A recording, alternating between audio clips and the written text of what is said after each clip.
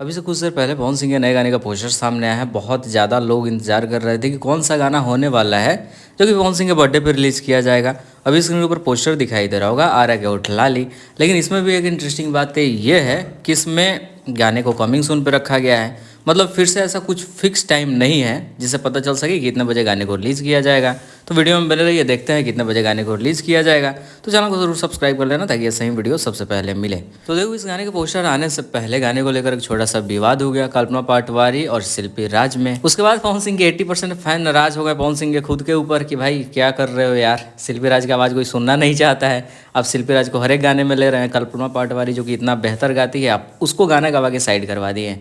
खैर, टीम वाले ने सुना। अब इस गाने में पवन सिंह के साथ कल्पना पाटवारी नजर आएगी, मतलब गाना गाते हुए नजर आएगी। और बर्थडे पे यही गाना रिलीज होगा। पवन सिंह, कल्पना पाटवारी है और फीचरिंग सोनम मलिक, कोई नई मॉडल है। और गाने में म्यूजिक दो लोगों ने दिया है, रजत और प्रियांशु सिंह। गाने का लिरिक्स आशुतोष तिवारी, जैसे मैंने सबको बताया था।